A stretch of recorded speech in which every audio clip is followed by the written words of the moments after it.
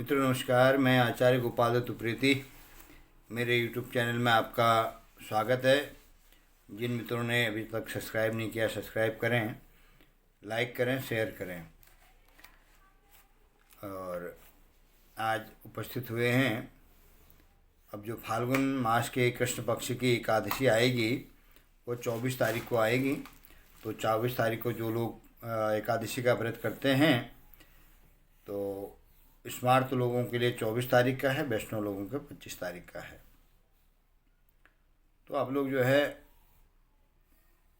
एकादशी के व्रत करें। जिस विधि से आप पूजन करते हैं भगवान का पूजन करें, और दिन में और रात को भी फलाहार रहते हैं, रात्रि जागरण होता है, और भगवान की कथा श्रवण करें।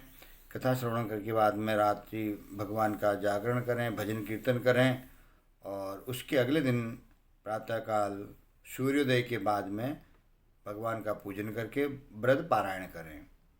जैसे 7 बजे का 6:53 का सूर्योदय होगा तो 8 बजे तक का आप जो है व्रत पारायण कर लें। उठ करके स्नान इत्यादि करके भगवान का भोग बना करके भगवान को भोग अर्पण करें, और उसके बाद में स्वयं उसी को प्रसाद रूप में ग्रहण कर लें। तो अब एकादशी के दिन कई बार जो है कथा पढ़ने का समय नहीं होता है, कथा नहीं पढ़ पाते हैं कई लोग। एकादशी का व्रत तो करते हैं, कथा सुनते नहीं हैं। तो आप लोग कथा जरूर सुना करें, क्योंकि जो भी कोई भी व्रत पूजा तप इत्यादि कुछ भी करें तो उसका महत्व भी पता होना चाहिए।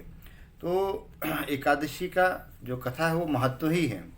महात्म्य का मतलब उसका महत्व। आप व्रत क्यों करते हैं, व्रत करने से फ़ायदा क्या होता है, उसके बारे में जानना। तो फाल्गुन मास के कृष्ण पक्ष की एकादशी को जो बोला जाता है उसका नाम है विजया एकादशी। तो विजया एकादशी का व्रत आपको जो है पड़ेगा 24 तारीख को। तो सभी मित्रों से निवेदन है कि जो व्रत करते हैं तो कथा सुनें, और कथा सुनने के बाद में ब्राह्मण के दक्षिणा स्वरूप में आप जो है लाइक, सब्सक्राइब और शेयर करें। जो आपके मित्र इत्यादि हैं उनसे भी सब्सक्राइब करवाएं, शेयर करवाएं। तो ज़्यादा से ज़्यादा हमारे सनातन वैदिक धर्मी, जो वैदिक धर्म को मानने वाले सनातनी हैं हमारे, उन तक जो है हमारी आवाज़ पहुँचे, और घर बैठे हुए जो है आप भगवान के कथा श्रवण करें। और ब्राह्मण के मुख से जो है कथा श्रवण का महत्व बताया गया है, तो आदिकाल से अनादिकाल तक रहेगा। तो अब हर किसी का अपना अपना स्थान होता है। कोई पुलिस इंस्पेक्टर है, दूसरा बोले कि हम क्यों नहीं बन सकते हैं, तो उसके लिए क्वालिफिकेशन होनी ज़रूरी है। इसलिए ब्राह्मण बने हैं हम, तो ब्राह्मणों के मुख से कथा सुनने का महत्व बताया है। तो ब्राह्मण योनि पाने के लिए भी जो है जन्म जन्मांतर की तपस्या होती है, तब जाकर के आप ब्राह्मण योनि पाते हैं। उसमें भी ब्राह्मण योनि में भी जो है ब्रह्म कर्म को करना, तो ये अपने आप में बड़े सौभाग्य की बात होती है। हर इंसान का अपना अपना काम है। तो कई लोगों को आजकल जो है मॉडर्न ज़माने में कहते हैं कि ब्राह्मण के मुख से ही हम क्यों सुन सकें, हम क्यों नहीं औरों के मुँह से, सबके मुँह से सुन सकते हो, किसी का कोई दोष नहीं है। लेकिन जो आपके कोई भी पहले होता था ना कि गेजिटेड ऑफिसर से आप इसको अटेस्ट करा करके लाएं, तो ऑफिसर तो सभी होते थे, लेकिन गेजिटेड ऑफिसर की ही क्यों मानी जाती थी। इसी प्रकार से ब्रह्म विद्या में जो ब्राह्मण ही गेजिटेड ऑफिसर है, उसकी स्टैंप जो भगवान के यहाँ चलती है। तो मैं पहले भी आपको बोलता हूँ कि जो है देवाधीनम जगत सर्वा, देवताओं के अधीन सारा जगत है। और देवता किसके अधीन है? मंत्राधीनाम जो देवता, मंत्रों के अधीन देवता हैं। और वो मंत्र किसके अधीन हैं? ब्राह्मणों के। मंत्राधीनाम च देवता ते मंत्रा ब्राह्मणाधीना तस्मात् ब्राह्मण देवता। इसलिए देवताओं के अधीन तो जगत है, लेकिन देवता भी मंत्र के द्वारा बुलाए जाते हैं। जैसे आवाहन होता है वैसे आते हैं। कई प्रसंग आते हैं कि ब्राह्मणों ने ऐसे ऐसे यज्ञ किए कि जो इंद्र को भी स्वाहा करके उनको खत्म, जो स्वाहा नष्ट करने की शक्ति होती है। ब्राह्मणों के द्वारा यज्ञ से ऐसा रथ प्रकट हुआ, जो आप कथा सुनते हैं कि बलि की देवासुर संग्राम के बाद में बलि ऐसा त्रिलोक विजयी हुआ जो ब्राह्मणों के द्वारा अजय रथ उनको दिया गया था। इसलिए ब्राह्मणों की बहुत महत्ता है। आपको ब्राह्मणों का सम्मान करते हुए इस भाव से आप कथा श्रवण करें तो उसका फल आपको घर में भी मिलेगा। तो अब कथा प्रारंभ करते हैं। आप श्रद्धा भाव से बैठ करके अपने घर में भगवान का पूजन करते हुए और कथा श्रवण करें। जो व्रत करते हैं सुबह नहीं टाइम मिल पाता, शाम को सुने, शाम को नहीं मिल पाता, रात में तो जागरण का इसमें विधान ही है। रात में घर बैठ करके आराम से कथा सुने, लेकिन श्रवण करें। जो कथा श्रवण करता है महत्व का पता होता है। जब तक महत्व का पता न हो तब तक आपको व्रत करने का कोई फायदा नहीं है। तो इसलिए आप जो है कथा अवश्य श्रवण करें। तो अब शुरू करते हैं आपको फाल्गुन मास के कृष्ण पक्ष की एकादशी की कथा। बंसी विभूषित करान्नवनीर्यदाभात् पीताम्बरादरुणबिम्बफलादरोष्टात् पूर्णेन्दुसुन्दरमुखादरबिम्बनेत्रात् कृष्णात् परं किमपि तत्त्वमहं न जाने। कृष्णाय वासुदेवाय हरे परमात्मने प्रणतः क्लेशनाशाय श्रीगोविन्दाय नमो नमः। श्रीकृष्णाय नमः। ओम श्री विष्णवे नमः। अब एक बार जो है दुष्ट जी बोले कि हे जनार्दन, फाल्गुन मास के कृष्ण पक्ष की एकादशी का क्या नाम है तथा उसकी क्या विधि है, और वो सब कृपा करके आप मुझे बतलाएं। तो भगवान कृष्ण बोले कि हे राजन, फाल्गुन मास के कृष्ण पक्ष की एकादशी का नाम जो है विजया है। इसके व्रत के प्रभाव से मनुष्य को सभी जगह विजय प्राप्त होती है। इस विजया एकादशी के महात्म्य को सुन करके श्रवण और पठन से जो भी ये समस्त पाप नष्ट हो जाते हैं। इसका एक बार देवर्षि नारद जगत पिता ब्रह्मा जी के पास में गए और पूछा कि ब्रह्मा जी, आप मुझे फाल्गुन मास के कृष्ण पक्ष की विजया नाम की एकादशी के व्रत का विधान बतलाइए। तब ब्रह्मा जी बोले कि नारद, विजया एकादशी का व्रत प्राचीन तथा नवीन पापों को नष्ट करने वाला है। जो पहले पाप कर दिए या अभी आप पाप करोगे या पाप आपसे हो गए, सभी आपके नष्ट हो जाएंगे। इस विजया एकादशी की विधि में आज तक किसी को नहीं कही है। यह समस्त मनुष्य को विजय प्रदान करती है। ये ब्रह्मा जी नारद जी से कहते हैं। तो बताते हैं कि त्रेता युग में मर्यादा पुरुषोत्तम रामचंद्र जी भगवान को 14 वर्ष का वनवास हो गया। तब वो लक्ष्मण जी और माता जानकी जी के सहित पंचवटी में निवास करने लगे। उस जगह पर महापापी रावण ने श्री सीता जी का हरण किया। इस दुख के समाचार से राम जी और लक्ष्मण जी अत्यंत व्याकुल होकर के सीता जी की खोज में वन वन घूमते, वन वन भटकते भटकते चलते चलते घूमते हुए उनको मरणासन जटायु के पास पहुँचे। तो जटायु भी जो अपनी समस्त कथा सुना करके स्वर्गलोक को चला गया, भगवान को सारी कथा सुना करके। कुछ आगे चल करके उनकी सुग्रीव से साथ मित्रता हो गई, और सुग्रीव के साथ मित्रता होने के बाद से उन्हें बाली का वध किया।